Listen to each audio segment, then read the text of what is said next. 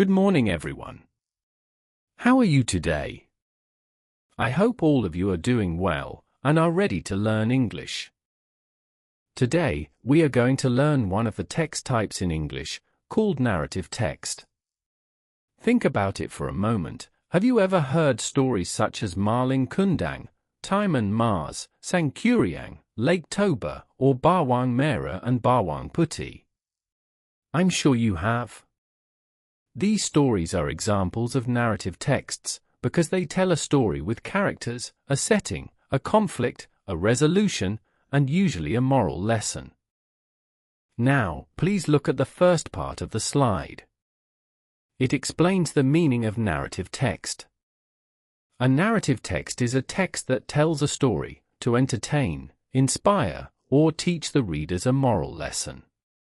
The story can be based on folklore, legends, fairy tales, myths, fables, or imaginary events.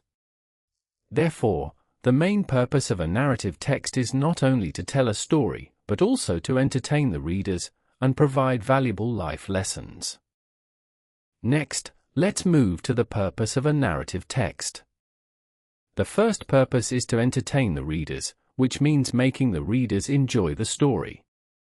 The second purpose is to tell an interesting story, which means presenting a story that keeps the readers interested from the beginning until the end. The third purpose is to teach a moral lesson or life value, which means giving the readers an important message that they can apply in their daily lives. Now, let's continue with the generic structure of a narrative text. This structure helps us understand how a story is organized. The first part is orientation. In this part, the writer introduces the characters, the setting, including the time and place, and the situation at the beginning of the story. This helps the readers understand who the characters are, where the story happens, and what the situation is like. The second part is complication. This is the part where the problem, or conflict, begins. The conflict makes the story interesting because the readers become curious about what will happen next. The third part is resolution. In this part, the conflict is solved. The ending may be a happy ending, or it may be a sad ending, depending on the story.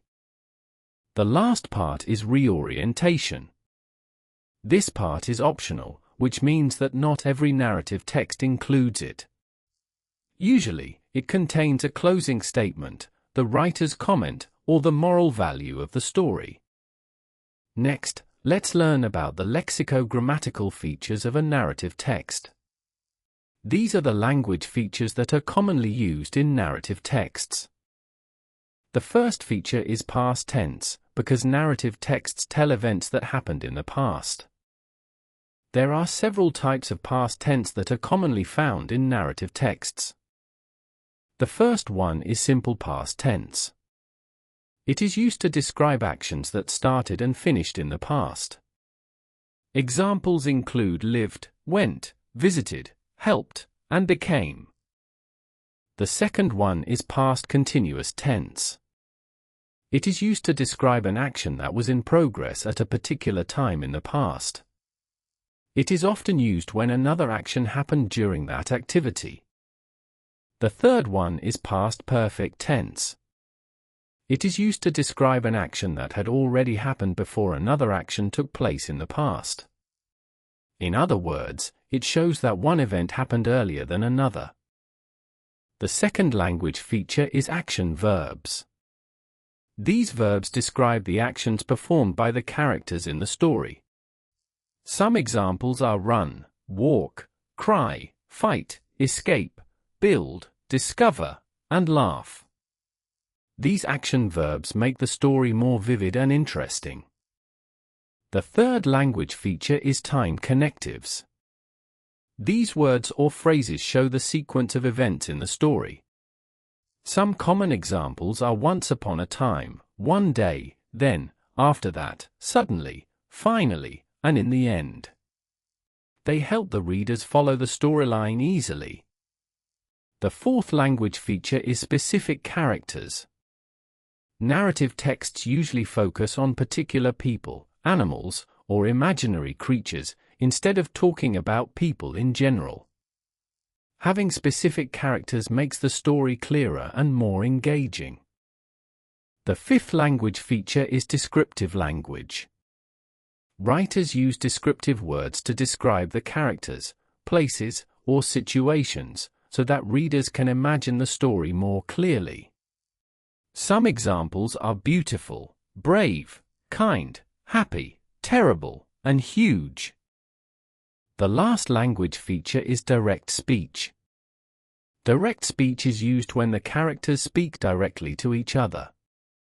It makes the story more realistic, more lively, and more enjoyable to read. Now, let's summarize what we have learned today. A narrative text is a text that tells a story to entertain, inspire, or teach a moral lesson.